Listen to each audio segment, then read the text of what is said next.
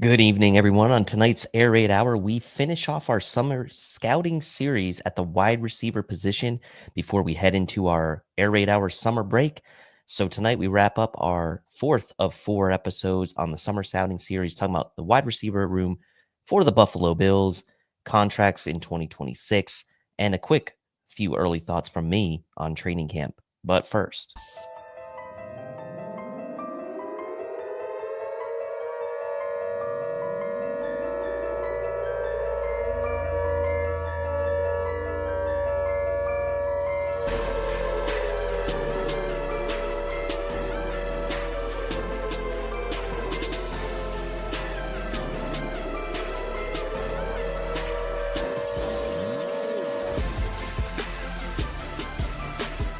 Welcome to the Air Raid Hour, a Cover One Network podcast.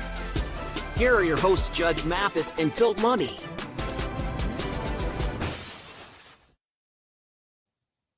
good evening, everyone, and welcome into the Air Raid Hour presented by the Cover One Sports Network and Picasso's Pizza. I am your host for tonight, Tilt, here again solo. This will be my last solo show, though, however, before we head into our Air Raid Hour summer break the next few weeks before we come back for training camp. Judge gets his computer back while we are off on summer break, and we'll be back ready to go the Monday before training camp. Training camp dates have been announced for the Buffalo Bills. Training camp officially starts on Wednesday, July 23rd, as we predicted here. Similar start date a year ago. The 23rd will be the start date of training camp this year, and we will have the training camp preview show for you coming out of our summer break for you on July 21st, that Monday night at 9 p.m. in our usual slot. So a few programming notes there. The next 3 weeks will be off. The 30th, the 7th, and the 14th will be our summer break, and we'll be back with you guys ready to go from training camp, before training camp, through the season, as we always do.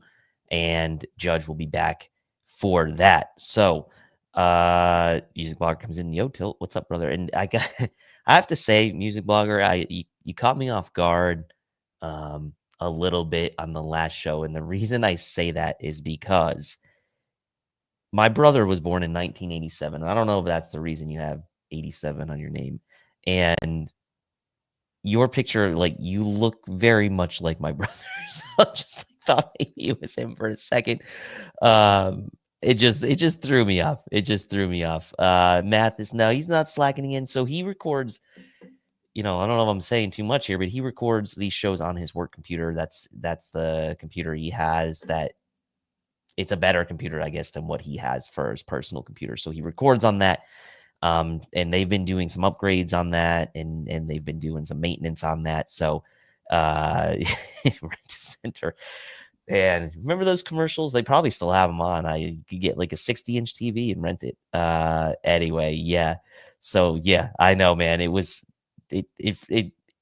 I did a double take, so I was like, wait a minute, does he have a different username? And I was like, no, it can't be him. So appreciate you guys as always. And so tonight we wrap up our summer scouting series. First year we've done this.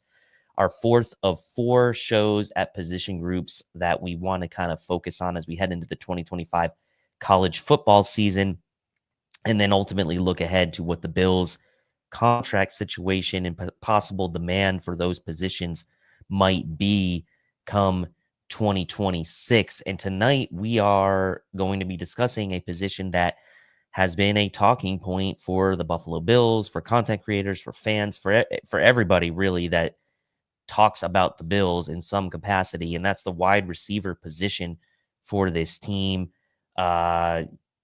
Different opinions, wide-ranging opinions on this group, how it's been addressed through free agency in the draft and through trades, let's say, with Amari Cooper last year, midseason, over the years. Obviously, we got some tension there between the WGR guys and Brandon Beane earlier this spring. And so tonight we're going to be talking about the wide receiver position, and we're going to dive into about 10 prospects tonight to keep your eyes on in college football for 2025 season. So by the time this whole series ends and we've done, now our fourth episode on the summer scouting series, we have gone in somewhat in depth on about 40 total prospects, plus some other names to keep an eye on as you start to look and get ready for the college football season, which really starts only in about a month and a half from now. So coming up soon. And tonight we'll be talking about the wide receiver position. So as we've done for every show that we've done for this series, we will first take a look at what the 2026 contract situation looks like at this position. And, on the surface, it does not look too bad for the Buffalo Bills at the wide receiver position. You start with the top three returning guys from a year ago, and that's Keon, Coleman, Khalil Shakir, and Curtis Samuel. Obviously, we know Coleman was a rookie last year, so he's obviously still under his rookie deal, only going into the second year of that. Pretty high, I would say, expectations for a guy like Keon Coleman to take a jump in 2025, but I'll reserve that kind of a little bit for the end of the show when I give you some early thoughts on training camp. But Keon Coleman under contract with the team through 2027. So, he's there. Khalil Shakir signed the contract in the offseason, the contract extension that puts him under contract with the Bills through 2029. So we still have 5 years, including 2025, of Khalil Shakir under contract. He is the leader of that wide receiver group, whether he's a slot or whatever you want to say. He is the top guy in that wide receiver room for the Bills as it stands right now. And then you got Curtis Samuel, who is under contract for 2025 and for 2026 after he signed the 3-year deal in the free agency period last offseason. And I don't know about you all, but it feels like Curtis Samuel has been on this team for longer than 1 year. I don't know what it is. Maybe it was just the constant sort of lingering injury stuff, the usage talk. We've really talked about Curtis Samuel a lot over the last year and 2 months or so since he was signed. And we'll see what the plans may be for a guy like Curtis Samuel, who I believe does still have something to prove and, did contribute at the end of last season with some meaningful plays, right? With some meaningful plays, and obviously had the big catch in the AFC Championship game. He's still only 28 years old. It feels like he's been in the league forever, but he is only 28. And so for a wide receiver, that's okay. And so you've got Curtis Samuel here under contract through 2026. So then you start to talk about some of the newcomers, right? You got Josh Palmer, who the Bills went out and signed to kind of maybe replace Mack Hollins this offseason. They signed him to a 3-year contract. So Josh Palmer starting the first of his 3 years with the Buffalo Bills this year. So he's under contract through 2027. So really those are kind of like your 4 guys, right? That you have for some term through at least 2026. It's Shakir, it's Samuel, it's Coleman, and Palmer. And then you get some interesting ones, right? From there, you got Elijah Moore, who signed, who has some talent, still only 25 years old. He's only under contract for a 1-year deal with the Bills at $2.5 million, which I think could end up looking like a bargain when all is said and done. He's only under contract through this upcoming season, so he'll be an unrestricted free agent in 2026. Then you got 2 other notable, I guess, unrestricted free agents in KJ Hamler, who's been with the team for a couple years now on and off the practice squad. Laviska Shenault, who signed a contract in this offseason. He's an unrestricted free agent, may not even make the team, so this may not matter. Jalen Virgil, who did get called up for a few games a year ago. He's a restricted free agent in 2026, so whether he gets tendered, we'll see.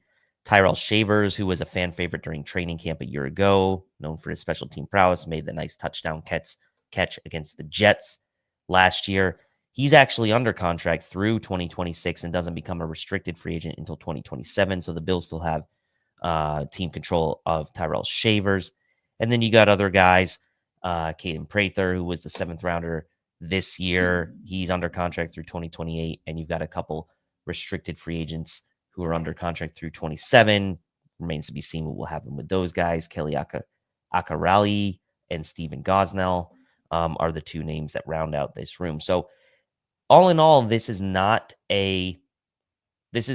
is not in bad shape when it comes to the contract situation beyond 2025. I think what people are going to be looking for is, what do guys like Joshua Palmer, Keon Coleman, Curtis Samuel bring this year in 2025 that may maybe impact the Bills' decision to either make a move to, let's say, maybe release Curtis Samuel a year early, depending on the cap situation there, or draft a guy, right, to maybe be the heir apparent to a Curtis Samuel, maybe to fill in maybe what Elijah Moore could bring to the team this year. We know Khalil Shakir will be the focal point, and Keon Coleman is going to be here as well. What is Josh Palmer's role going to be in the offense? Is he really going to be what the Bills hope he can be? It's a pretty big cap number for him in 2026 at 11.8 million, and then another 9.6 million cap hit in 27. So the talk on the wide receiver room around contracts, around what the Bills need, it's going to be interesting. So as we start to talk about some of the players to look out for in college football this year, it is not necessarily a pressing need right now, but could become another need for the team again, and another at a position group that people love to talk about and see sort of what happens next year. Does Keon Coleman develop?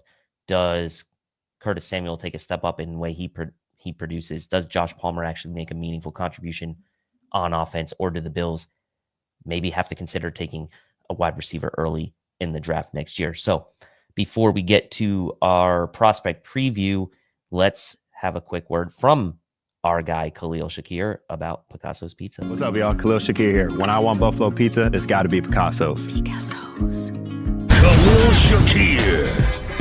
Your team, our pizza. Picasso's. This is Buffalo Pizza. And that is Bills wide receiver one, I'll say it, Khalil Shakir, talking about Picasso's Pizza. Picassos's Pizza.net for locations in the greater Buffalo area. Order online, have it delivered anywhere in the country. Cup and char pepperoni, Picassos's Pizza.net. Probably going to order some this weekend, to be honest with you, and have it delivered here to North Carolina, because they will deliver anywhere in the country. So thank you, Picasso's, and we will hopefully see Khalil Shakir on a lot more places next year as he continues his ascent. But as we start to now transition to talking about some of the college prospects to look out for in college football this year in the 2025 season, as we start to think about what the Bills may be interested in from a trades perspective in 2026, we're going to go through a couple, guys that are sort of at the tops of most lists heading into this season, but some guys that present, varying skill sets. We're going to want some speed guys, some size, vertical type guys like we saw in the draft this past year with Deontay Thornton Jr., guys like that. Other guys who are more like slot type players like we saw in years past that, we talked about a little bit this year, Matthew Golden, those types of players, and everything in between. So as we start to talk about these players, and we'll just jump right in. I hate to talk about this guy without Judge on the show, but we're going to talk about him. And the first guy we're going to mention is Jordan Tyson from Arizona State, 6'2", 195 pounds. Had his breakout year in 2024, 1,100 yards as a redshirt sophomore. He's the only returning Power 4 receiver who posted more yards than him was Jeremiah Smith from Ohio State, who isn't even draft eligible in 2026. He came over from Colorado the second half of last season, and in Arizona State's final 6 games, he led the nation with 729 receiving yards with 4.03 yards per route run, which was second among Power 4 wideouts. He did have a unfortunate shoulder injury that ended his regular season early and kept him out of the Big 12 title game in the playoff, but he was a beast this year for Arizona State by and large. He is PFF's wide receiver 1 as it stands right now on their big board. And again, as I say, through all of these shows. This will change. These rankings change, but it is cool to see how the rankings change. And PFF, like I said, does a good job of showing you their rankings through each stage in the offseason. But right now, Jordan Tyson is PFF's wide receiver 1 and their 14th overall prospect. So might signal that maybe the top end of the wide receiver class, again, maybe not quite as good as even last year or the year before, but 14th overall. And NFL Draft Buzz has Jordan Tyson as their wide receiver 3. He was the second highest graded wide receiver on PFF of anyone from the 2026 class last year in 2024 of those with at least 75 targets. So Jordan Tyson, a guy to keep your eye on, an interesting player. He, I don't do comps necessarily this early in the process, but like just watching him, he reminds me a bit of Drake London. That's kind of the guy that he reminds me of when I'm watching him. And unless says predicted reception numbers for the 6 wide receivers. We're gonna do that when we do like before the season. Judge and I always do like offensive projections for the season, so we will get to that. Didn't prepare for that, so don't have that off the top of my head, but we will get to that for sure. Best option is Pudgies. Yeah, it could be.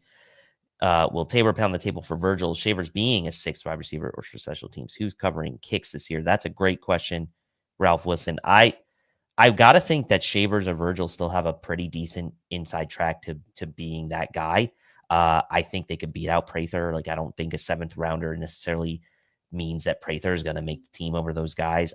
I could definitely see like Elijah Moore being the 5th wide receiver and then Shavers or Virgil being the 6th. That would be a very reasonable prediction to make. I don't think both Virgil and Shavers will make the team, but I do think one of them will make the team as it stands right now.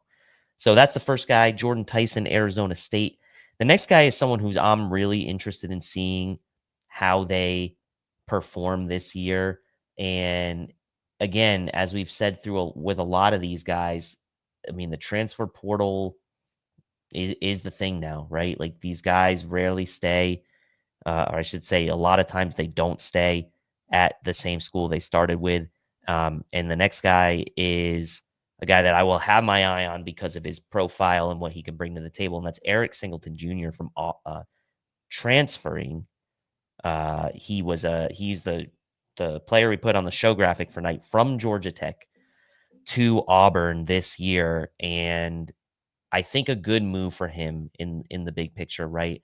Going to a school where he can kind of refine his route running technique was very productive at Georgia Tech. Back-to-back 700-plus yard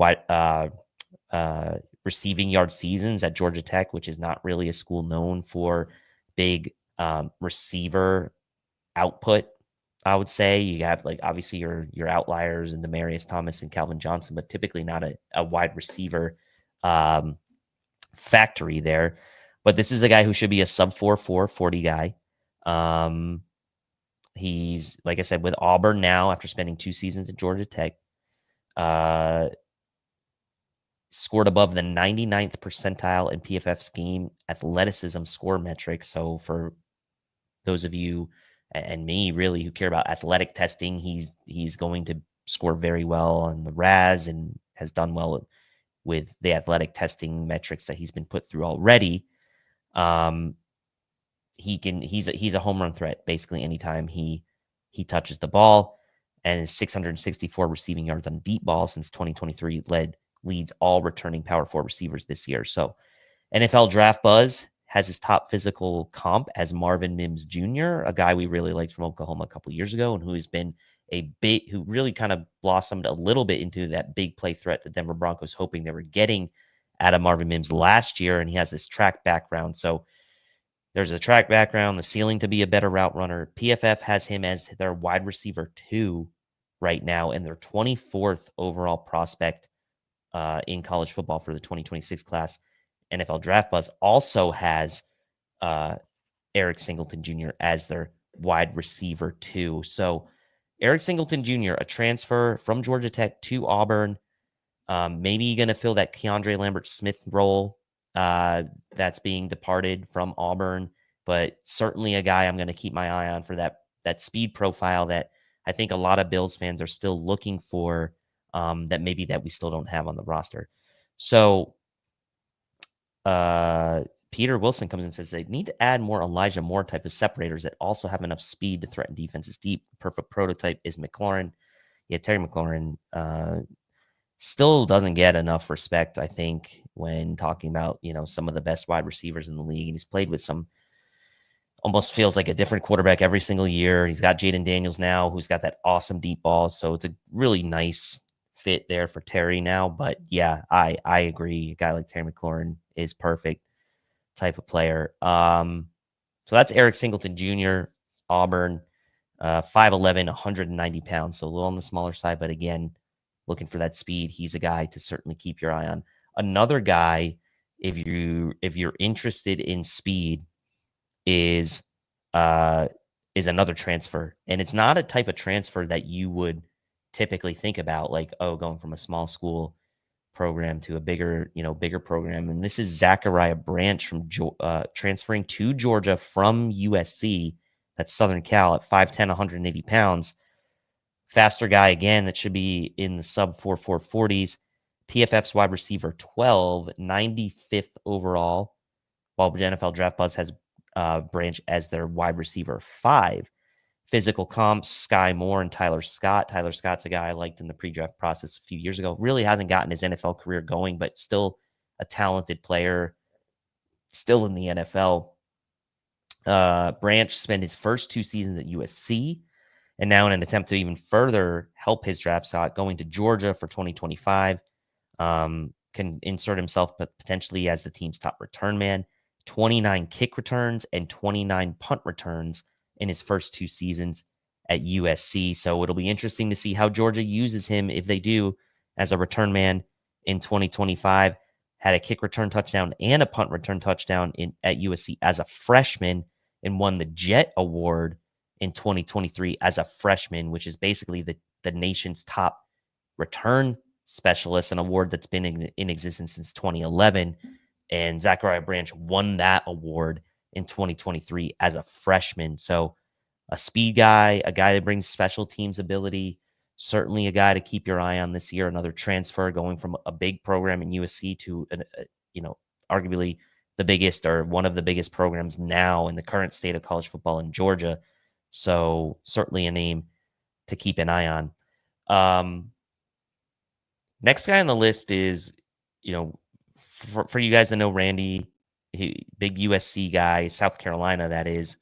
And they've been putting out some receivers the last few years. It was Juice Wells, Xavier Legette, Shi Smith. I mean, there's been a number of guys that have come out of South Carolina at the wide receiver position. But this next guy is a bit of a wild card, I would say. And that's Nick Harbor from South Carolina at 6'5", 235 pounds, but could be a 4.2, 4.3 guy at that size. I mean, just an absolute freak athlete. PFF's wide receiver 10, 70th overall prospect, NFL Draft Buzz wide receiver 6. What will he become, right? With his blend of size, speed, athletic ability, can he step up in his junior year? Just 38 total receptions for Nick Harbor over his first 2 seasons at South Carolina, but he has averaged 15 yards per reception in his first 2 seasons. He has track speed.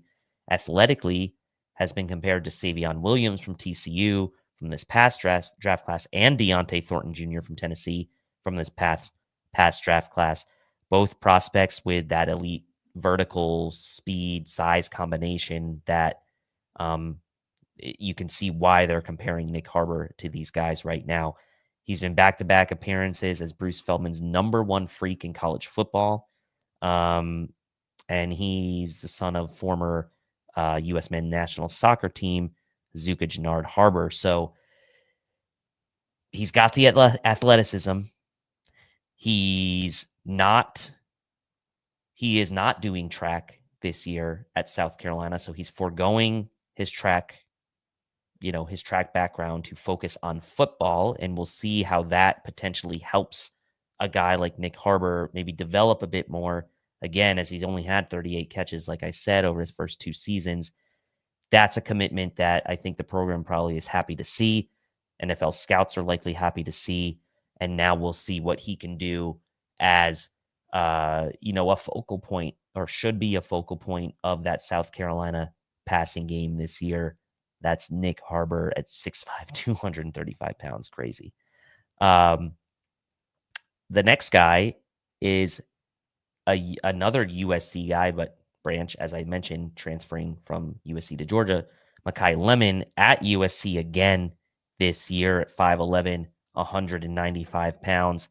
PFF's wide receiver 7, 44th overall prospect in NFL Draft Buzz, wide receiver 7. Lemon is looking to cement himself as one of the top wide receivers in college football in 2025. When you watch him, you wonder how he's so good. I guess it's kind of a backhanded compliment. I understand, because you watch him and you're like, yeah, he doesn't look super fast. He's not super big, but he just like makes plays. He's just that kind of guy. It's like almost like Khalil Shakir-esque, right? For a guy like Mackay Lemon. Physically, he's been comped to guys like Jalen Noel, Jordan Addison, Luther Burden. Like, these are all names that Bills fans have in some capacity, and some, we've liked all three of those guys in some capacity over the past couple years. And I mean, look what Jordan Addison's become as a complement to Justin Jefferson. Now, I don't think Lemon is as I don't think he has the speed of a Jordan Addison, but I think his frame's a little sturdier than a Jordan Addison. So it's interesting, right?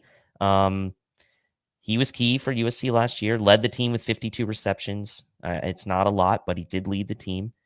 He was a special teams asset as well. 19 kickoff returns for 514 yards a year ago.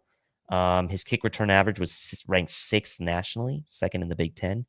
So he had the 1,200 combined all-purpose yards between the 700 plus receiving and 500 plus return yards, and his receiving grades were good last year. So we'll see what Mackay Lemon can do at USC this year. Obviously, Branch not there to compete with him now, so he may become the focal point of that USC passing attack this year. So certainly a guy I'm going to keep my eye on and see what he can be as the focal point.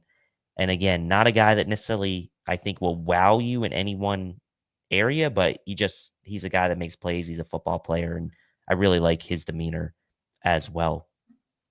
Next up, it wouldn't be a summer scouting series show if we didn't talk about a Florida player. And so we are talking about another Florida player this week in Eugene Wilson III, PFF wide receiver 8, 57th overall prospect heading into the season.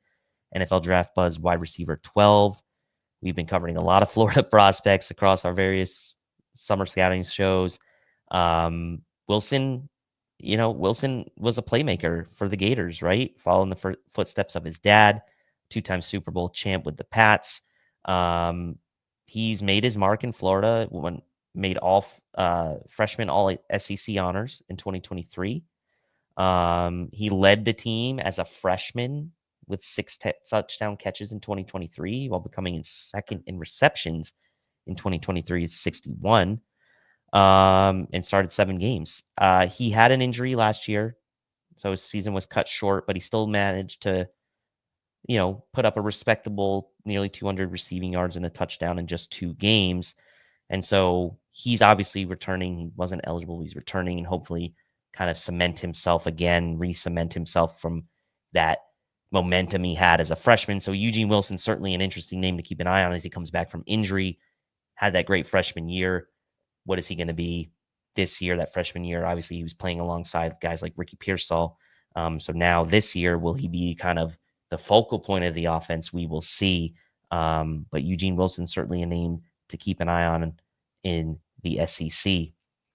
The next guy, it kind of hurts my heart to talk about him because he's another transfer, but he's transferring away from my school, NC State, the NC State Wolfpack, and he's leaving to go to Texas A&M. That's Casey Concepcion, who just was an absolute beast as a freshman 2 years ago in 2023. And admittedly, the quarterback play at NC State the last couple of years has been very inconsistent. They've had multiple guys playing. They've really kind of leaned on the running game, especially last year. But Concepcion heads now to A&M after spending his first 2 years at NC State. 124 receptions and 16 receiving TDs in his 2 years at NC State with honestly pretty subpar quarterback play.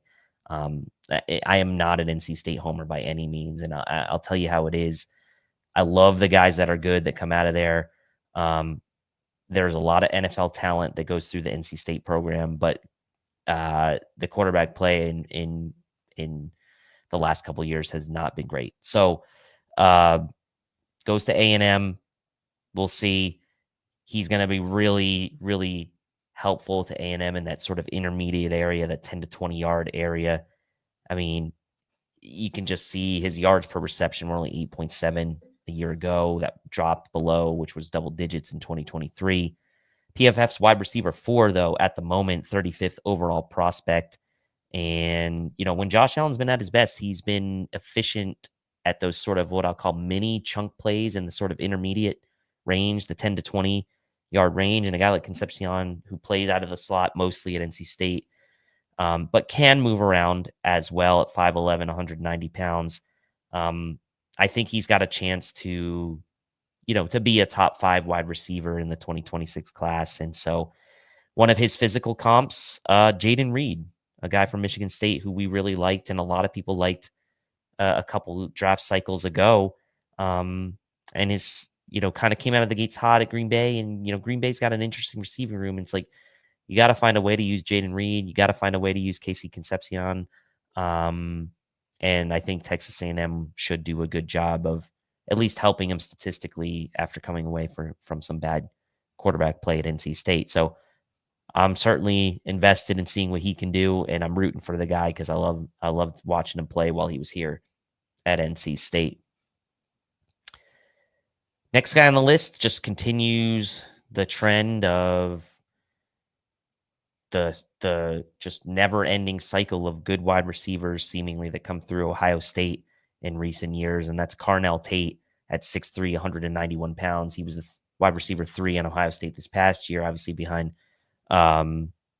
Jeremiah Smith and Egbuka, and now we'll step into that number 2 role, obviously behind Jeremiah Smith still as far as production is, but could be a guy who, again, Smith not eligible until 2027, another Ohio State prospect that could make hay in the NFL, advertised as a natural Z receiver. So if the Bills do have intentions of playing Keon Coleman at the X, Carnell Tate could be a guy that could be opposite of Keon Coleman in 2026 at the Z.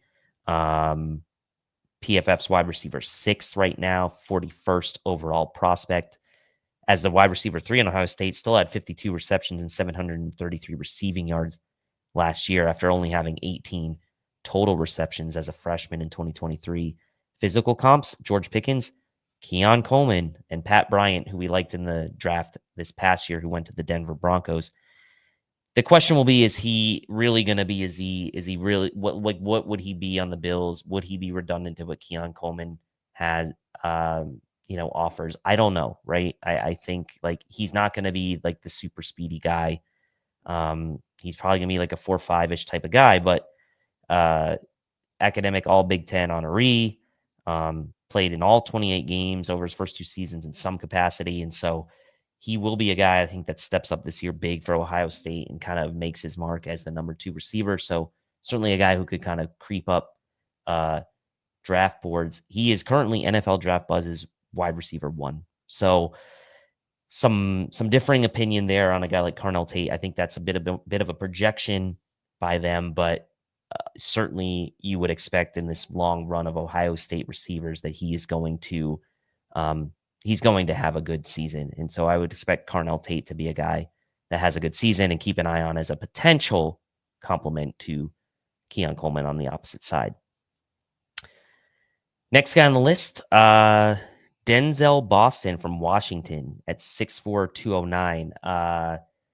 Obviously stepped out of the shadows of guys like Jalen Polk, Jalen McMillan, Romo Dunze, right, in 2024, getting to play once those guys all left. He only had 5 receptions in 2023, Denzel Boston, and that doesn't come as a surprise when you're playing behind those 3 guys, those 3 studs.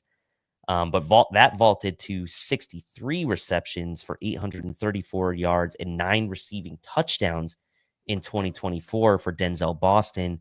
17 career punt returns as well. So does offer a little bit of special teams ability. How does a guy like Boston build on a really good 2024 campaign in 2025? Obviously, he emerged as Washington's best receiver in 2024, started all 13 games. Not sure if he's necessarily a fit for the Bills, but he's certainly a guy to watch. PFF's wide receiver 3 and 30th overall prospects, so they are quite high on him. NFL Draft Buzz is wide receiver 4, and I'm not saying he is this guy, but maybe it's the number, maybe it's just the way he plays, maybe it's the way he goes up and gets the ball. But he does give me some Nico Collins vibes. He wears that number 12. He's big, like I said, 6'4", 209. He gives me a little bit of Nico Collins vibes, and that's Denzel Boston from Washington. So keep your eye on him.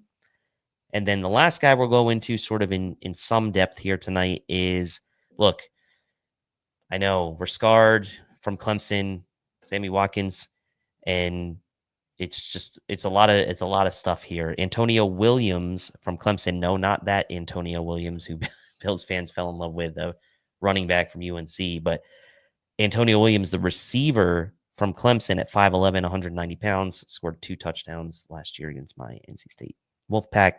PFF's wide receiver 9, 64th overall prospect, NFL Draft Buzz wide receiver 8. Very, very productive career thus far at Clemson, and will be finishing off again. This guy spent his entire career at Clemson, looking to build on his final season and what was a really, really strong. Yeah, I'd take Nico vibes as well. Pete Nana. Look, going back to Denzel Boston really quick. Watch some of those Washington games from a year ago. Like that's the vibe I get from him. It's Nico Collins. Is the vibe I get. So, Antonio Williams, 75 receptions for 904 yards and 11 receiving touchdowns in 2024, 35 career punt returns, 26 career kick returns. Now, all those kick returns were as a freshman, but he's got that combined 60-plus combined punt return kick returns in his career. Physical comps, Malachi Corley, Keishawn Butte, really plus on body control, touted as a plus route runner, can play inside and out, good hands, some juice after the catch. The only issue maybe you look at with a guy like this is, can he hold up on the boundary at the next level? Can he hold up as a blocker? And that's something that scouts will certainly be paying close attention to with a guy like Antonio Williams from Clemson, is can he improve some of that blocking? And, he doesn't have the biggest frame at 5'11", 190, but he makes plays. And you watched Clemson last year. I mean, the guy was all over the field making plays for them. And I would expect that he would be, around the top 10 in this wide receiver class a year from now. So we'll see. Antonio Williams, a name to keep an eye on. Certainly, I had my eye on him anyway, as remembering the 2 touchdowns he scored against NC State a year ago. So other guys, again, we're not going to get to everyone tonight in depth, but other guys to keep an eye on. Eric Rivers, Georgia Tech, who's now going to kind of take the mantle from Eric Singleton Jr. as the main option there. Jeremy Bernard from Alabama, Malachi Fields from Virginia, Dane Key from Nebraska, who Dane Key a year ago, a lot of the advanced metrics like him, his graded out really well. Kevin Coleman Jr. from Mizzou. I don't know if we want 2 Colemans, but hey, it's fine. Chase Roberts from BYU, Elijah Surratt from Indiana, Evan Stewart from Oregon is an interesting name. I love watching those Oregon guys. They haven't necessarily translated at the receiver position that well in the NFL. O-line running back has, but the receiver position hasn't translated too well for Oregon into the NFL. Troy Franklin still trying to find his way as well, who is one of their better prospects at that position. So what will Evan Stewart become? And Deion Burks, another kind of reminded me of like a Marvin Mims type at Oklahoma as well. And so Deion Burks at Oklahoma, a guy to keep an eye on as well this year. So that should just about do it for tonight. That's 10 receivers we went into in some depth tonight. So we've covered 40 prospects in depth over 4 position groups over the last 4 weeks. I hope you all have enjoyed the summer scouting series. I have enjoyed it personally, doing these shows kind of solo, sort of getting an early start on draft prep for 2026 is never a bad thing. And so we now head into our summer break on the Air Raid Hour. Like I said at the beginning of the show, we're going to take a couple week break here before training camp starts. We'll get back with you guys on Monday, July 21st will be our next show right before training camp starts on July 23rd. And as Ralph Listen says, if the Bills get any of these guys, I hope they can eat. The Bills are in a weird spot, and I'll give my sort of early thoughts on the wide receiver position from training camp. Like, they have potential again as a group to be a really good receiving group this year, right? I think the stuff that went down with kind of Stephon Diggs and the exit from the Bills left, there was some bitterness there, I think, from some people with Stephon Diggs. But the fact of the matter is that guy was the best receiver that Josh Allen's ever played with. And we don't have a guy like that on the team. We didn't have one last year. And, but I do think going into this season, the top 4 receivers we have going into 2025 are better than the 4 we had going into 2024. Keon Coleman going into his second year, hopefully getting, having a better sophomore season. Curtis Samuel being healthy. Josh Palmer potentially being more of an offensive threat than Mack Hollins.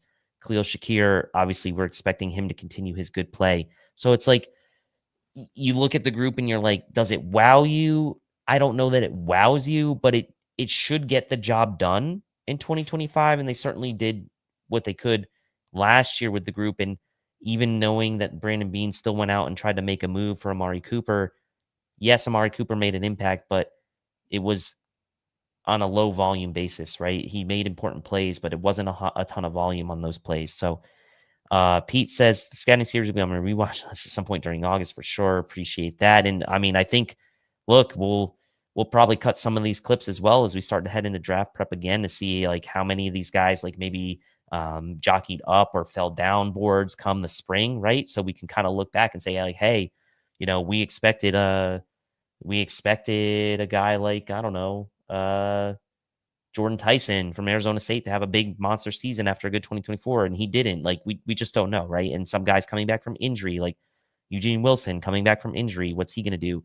Can Nick Harbor deliver on his athletic traits at South Carolina after really not having a ton of receptions his first 2 seasons? So a lot of things we can look back on and see, like, how did these things pan out for these guys come the spring? So I'm looking forward to that, being able to reflect a bit on some early scouting and again, appreciate you all being with us in kind of the throes of the summer right now as we'll be back with you guys July 21st. But I appreciate you all sticking with me. Judge will be back as we come back for our training camp previews.